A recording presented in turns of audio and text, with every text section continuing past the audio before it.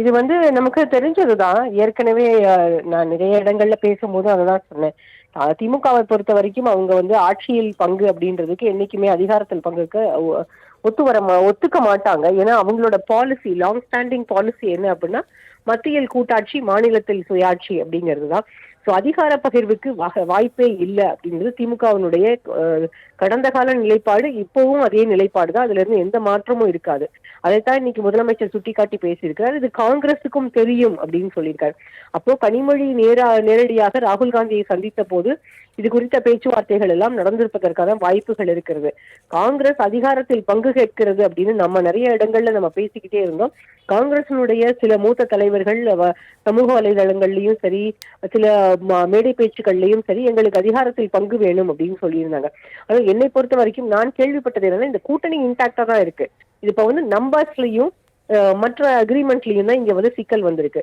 காங்கிரஸை பொறுத்த வரைக்கும் அவங்களுக்கு இன்னொரு டிமாண்ட் என்ன அப்படின்னா, லோக்கல் பாடியில அவங்களுக்கு கொஞ்சம் நல்ல ரெப்ரசன்டேஷன் வேணும் அப்படின்னு நினைக்கிறாங்க.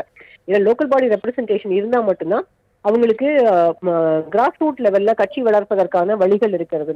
ஆனால் காங்கிரஸை பொறுத்த வரைக்கும் அப்படி லோக்கல் பாடி ரெப்ரசன்டேஷன் கொடுத்தாலுமே இங்க வந்து அவங்களுக்கு திமுக தான் எல்லா இடங்கள்லயும் பணியாற்ற வேண்டியிருக்கும். அந்த நம்பர்ஸ் அவங்களுக்கு கிடைக்கிறதுக்கும் திமுக உதவியாக இருக்கு. காங்கிரஸ் ஒரு ஃபோர்ஸ் மல்டிப்ளையர் இல்லைன்னு சொல்லிட முடியாது. இருந்தாலுமே கூட இன்றைக்கு திமுகவோடு ஒரு இணக்கமான சூழலை கைப்பற்றல அப்படின்னா காங்கிரஸுக்கு அது மிகப்பெரிய தோல்வியை தான் கொடுக்கும். அது காங்கிரஸுக்கும் தெரிந்திருக்கிறது. இன்னைக்கு முதலமைச்சர் சொல்றதை பார்த்தா காங்கிரஸுக்கும் அது தெரிந்திருக்கிறது. திமுகவும் அதற்கு தயாராக இருக்கிறது. இணக்கமான ஒரு சூழலை ஏற்படுத்தி விரைவில் அந்த எண்ணிக்கைகள் முடிவு செய்யப்படும் அப்படின்னு நான் நினைக்கிறேன். லட்சுமி சுப்பிரமணியன், அதே நேரத்தில் இப்ப விசிகாவும் காங்கிரஸினுடைய நிலைப்பாடு என்னவாக இருக்கும்? விசிகாவுடைய நிலைப்பாடு கேக்குறீங்க, காங்கிரஸ் நிலைப்பாடு? இருவருமே தான் வந்து ஆட்சியில பங்கு, அதிகாரத்துல பங்கு எங்களுடைய தொடர்ந்து நாங்க கோரிக்கை வச்சுட்டே வரோம். ஆனா இது எங்களுடைய விருப்பம் தான் அப்படின்னு சொல்றாங்க இல்லையா? விசிகா வந்து அதிகாரத்தில் பங்கு வேணும்னு அவங்க சொல்றாங்க. ஆனா வந்து திமுக அதிகாரத்தில் பங்கு கேட்டதாக எனக்கு தெரியல.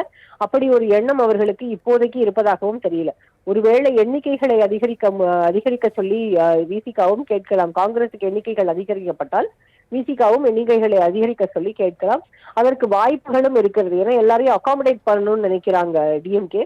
பட் அதை தாண்டி வேற வாரியங்கள், உள்ளாட்சி அமைப்புகள், இதுல எல்லாம் உங்களுக்கு வந்து பிரதிநிதித்துவத்தை இன்க்ரீஸ் பண்றோம் அப்படின்னு சொல்லி கூட இந்த அக்ரிமெண்ட்டை ஃபைனலைஸ் பண்ணலாம். இன்னொன்னு இப்ப ஏப்ரல்லே வந்துருது நமக்கு பயனியல் எலெக்ஷன், அதாவது ராஜ்யசபா எலெக்ஷன். திமுகவுக்கு 4 இடங்கள் காலியாக போகுது.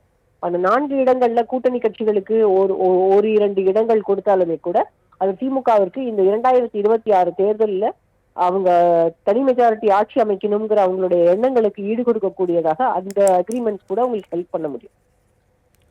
நன்றி திருமதி லட்சுமி சுப்பிரமணியன், இணைப்பில் வந்து தங்களுடைய கருத்துக்களை பகிர்ந்து கொண்டமைக்கு.